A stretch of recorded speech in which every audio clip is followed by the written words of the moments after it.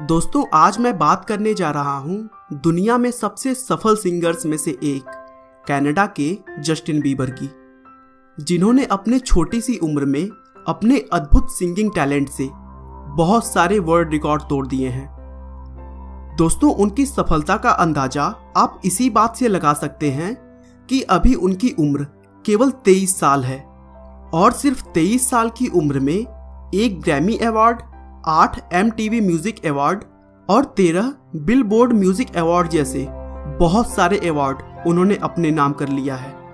इसके अलावा आज के समय में ट्विटर पर उन्हें करीब 10 करोड़ लोग फॉलो करते हैं और अगर बात की जाए उनके फेसबुक पेज की तो वहां पर भी करीब 8 करोड़ लाइक्स हैं और उनके सभी एल्बम रिलीज होते ही पूरी दुनिया में हिट हो जाते हैं। लेकिन दोस्तों, इतने बड़े स्टार के सफलता के पीछे YouTube के प्लेटफॉर्म का भी बहुत बड़ा हाथ है, जिसके बारे में आप इसी वीडियो में आगे डिटेल में जानेंगे।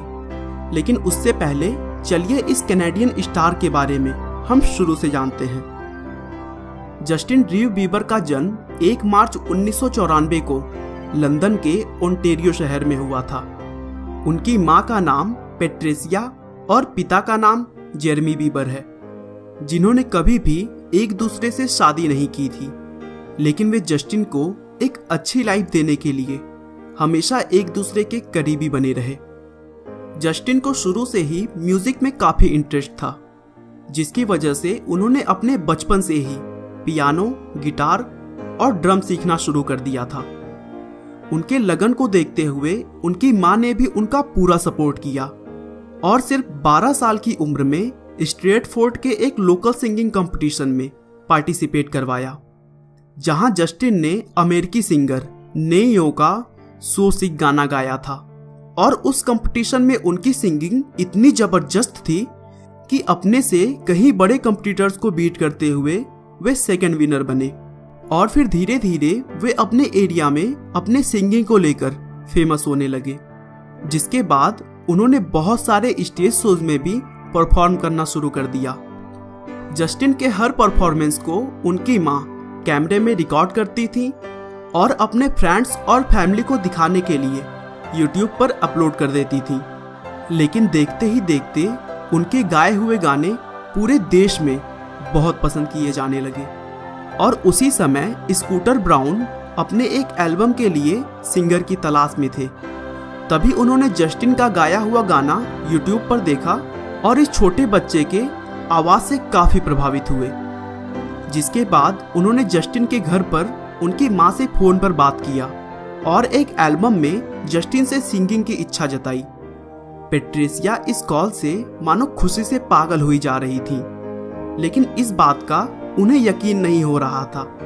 उन्हें लगा कि यह कॉल शायद कोई फ्रॉड कॉल था, इसीलिए उन्होंने फिर से कंफर्म किया और पता चला कि ब्राउन सच में जस्टिन से अपने एल्बम में सिंगिंग करवाना चाहते हैं।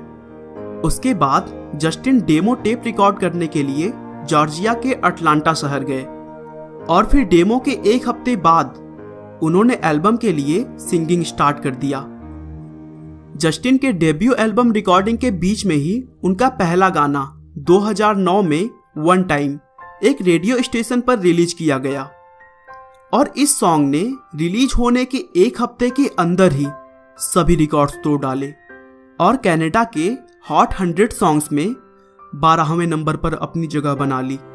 इस गाने को कनाडा में प्लेटिनम और ऑस्ट्रेलिया, न्यूजीलैंड तथा अमेरिका में गोल्ड से सर्टिफाइड किया गया। 19 मार्च 2010 को जस्टिन का पहला full studio album my world 2.0 release किया गया, जिसके बहुत सारे गाने बिलबोर्ड के हॉट 100 में शामिल हो गए और इसी एल्बम का बेबी सॉन्ग पूरे विश्व में हिट हो गया। बस यहीं से जस्टिन बीबर ने कभी भी पीछे मुड़कर नहीं देखा और अपने खेलने कूदने वाले दिनों में वे बड़े बड़े वर्ल्ड रिकॉर्ड बनाते रहे। जस्टिन द्वारा गाया हुआ बेबी सॉन्ग कई सालों तक YouTube पर सबसे ज्यादा देखे जाने वाला सॉन्ग रहा, लेकिन गंगनम स्टाइल सॉन्ग के आने के बाद यह गाना अब दूसरे नंबर पर खिसक गया है। जस्टिन को Grammy award for best dance recording 2016 where are you now song के लिए दिया गया। इसके अलावा उन्होंने MTV यूरोप म्यूजिक अवार्ड भी 8 बार जीता है। दोस्तों बता दूं, इस समय जस्टिन बीबर पहली बार भारत दौरे पर हैं और वे मुंबई में इंडियन फैंस के बीच 10 मई को परफॉर्म करने वाले हैं। दोस्तों मुझे उम्मीद है कि जस्टिन की लाइफ स्टोरी आपको जरूर पसंद आई होगी। आपका बहुमूल्य समय देने के लिए बहुत बहुत धन्यवाद। इस वीडियो को लाइक करके आप हमारा मनोबल बढ़ा सकते हैं। दोस्तों अगर आप हमारे वीडियो को मिस नहीं करना चाहते तो कृपया चैनल को सब्सक्राइब कर लें। आपको यह कहानी कैसी लगी हमें कमेंट करके जरूर बताएं। धन्यवाद।